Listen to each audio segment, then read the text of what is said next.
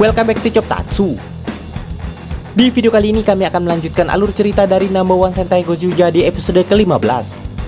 Di episode sebelumnya para Gojuja berhasil mengalahkan Kwon atau Garyudo dan meyakinkan Shoko untuk percaya pada kemampuan Ryugi yang ingin mengabdikan dirinya sebagai pelayan Tega Sword. Sebelum kita ke alur ceritanya, kami tak bosan-bosannya mengingatkan kalau video ini mengandung full spoiler. Baiklah, tanpa berlama-lama lagi, inilah kisah selengkapnya.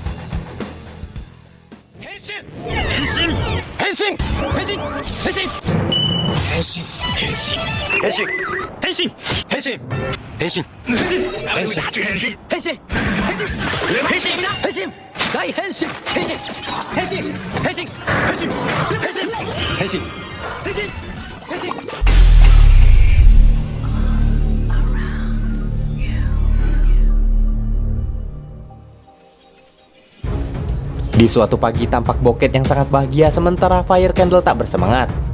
Hal itu ternyata karena Fire Candle merasa bulan Juni adalah musim kelembapan yang merupakan musuh besar api seperti dirinya. Di saat yang sama tiba-tiba Kwon datang memberikan beberapa ring sentai yang telah ia dapatkan pada Tegajun. Dengan datangnya bulan Juni dan keberadaan cincin itu, maka Tegajun merasa itu adalah waktu yang tepat untuk memulai ritual untuk membangkitkan kekuatan yang lebih besar. Dan untuk memulai ritual maka Fire Candle, Boket, dan Monster 2-in-1 diperintahkan mencari 3 harta suci sebagai syarat untuk memulai ritual itu. Awalnya Boket merasa masih terlalu cepat untuk memulai ritual, mengingat Tegajun sendiri belum memiliki pilot yang ia percaya untuk mengendalikannya. Ternyata karena hal itulah selama ini para No-One bersaing untuk menjadi nomor 1 agar dapat menjadi pilot dari Tegajun. Namun karena sampai saat ini mereka tak juga menemukan orang yang tepat, maka akhirnya Kwon mengajukan diri untuk menjadi pilot dari robot itu. Dan Tegajun pun setuju akan hal itu. Dengan berbekal alat detektor dari Tegajun, akhirnya mereka pun berpencar untuk mencarinya. Di sini Fire Candle pergi ke tempat Tono dan Sumino untuk mencari lilin pemberkatan yang tersembunyi di tempat kerja Tono. Sementara Monster 2-in-1 pergi ke cafe Half Century untuk mengambil stroberi langka yang dimiliki Ryugi dan Kinjiro. Sedangkan Boket sendiri pergi ke toko bunga untuk mendapatkan buket bunga yang membuatnya tak sengaja bertemu dengan Rikuo. Di Istana Buraidan, Tegajun akhirnya bercerita tentang sebuah kisah yang berhubungan dengan dirinya. Diketahui ternyata dahulu Tegajun diciptakan oleh manusia dan dibekali kecerdasan buatan yang diberi kekuatan untuk menciptakan dunia dengan meniru kemampuan Tega Sword. Hal itu pun sama halnya dengan para No-One dan semua yang ada di dunia Buraidan. Meski mereka hanya tiruan, namun Tegajun merasa mereka bisa melampaui kekuatan makhluk aslinya. Sebagai pembuktian, ia pun meniru pedang Decaliber milik Tono dan menciptakan replikanya yang bernama Deca Wolf Decaliber yang diberikan pada Kwon. Dengan kekuatannya, Tegajun bermaksud mengatur ulang dunia manusia yang tidak sempurna menjadi bentuk sempurna seperti keinginannya. Di tempat sebelumnya, akhirnya Fire Candle mendapatkan harta suci yang pertama, yaitu lilin. Sementara Monster 2-in-1 dengan sedikit trik licik juga berhasil mencuri stroberi dari Ryugi dan Kinjiro.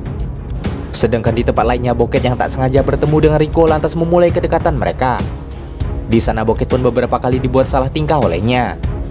Walau cukup senang, namun di satu sisi perhatian yang diberikan Riko kepada Boket dirasa terlalu berlebihan, padahal ia hanya ingin menjadi fans biasa saja.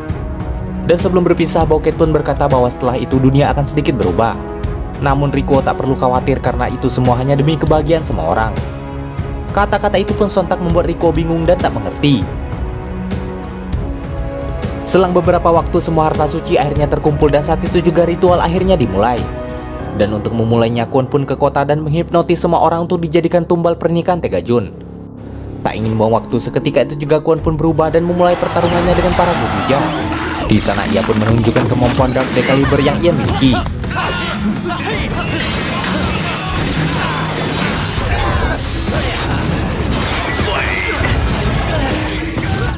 Saat para Gojuja berhasil dibawa terpojok, maka Garyudo pun memanggil Tegajun ke bumi dengan menyerap energi warga yang sebelumnya telah dihipnotis.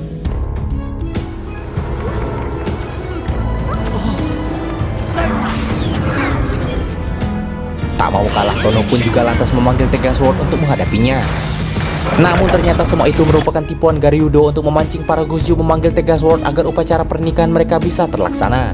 Sebelum bertarung, Tega Sword pun memperingatkan Tono terkait pernikahan itu, di mana jika hal itu terjadi maka kemungkinan dunia akan hancur. Karena tak mau hal itu terjadi, maka Tono pun bertekad untuk mengalahkan robot itu terlebih dahulu. Namun sayangnya di pertarungan Tegajun berhasil memojokkan Tega Sword, bahkan membuat pernikahan itu terjadi secara paksa. Setelah cincin pernikahan terpasang di jari Tega Sword, Tono pun dilemparkan keluar kokpit agar tak terkena dampak kekalahan dewa robot itu. Dan ketika semua Godzilla kalah, saat itu juga Garyu ikut turun dan merebut cincin Tono yang tak berdaya.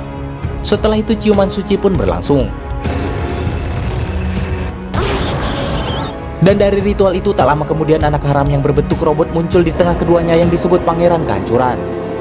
Bersamaan dengan kelahirannya, kekuatan para Godzilla pun lenyap seketika yang ditandai oleh lenyapnya cincin mereka. Lalu episode 15 pun selesai.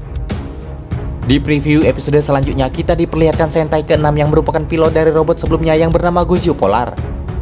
Di sana ia akan memperkenalkan diri sebagai sang penyelamat sejati nomor 1. Demikian alur cerita number one Sentai Gozyo kali ini. Jangan lupa like, komen, subscribe dan nyalakan loncengnya agar tak ketinggalan video terbaru dari kami.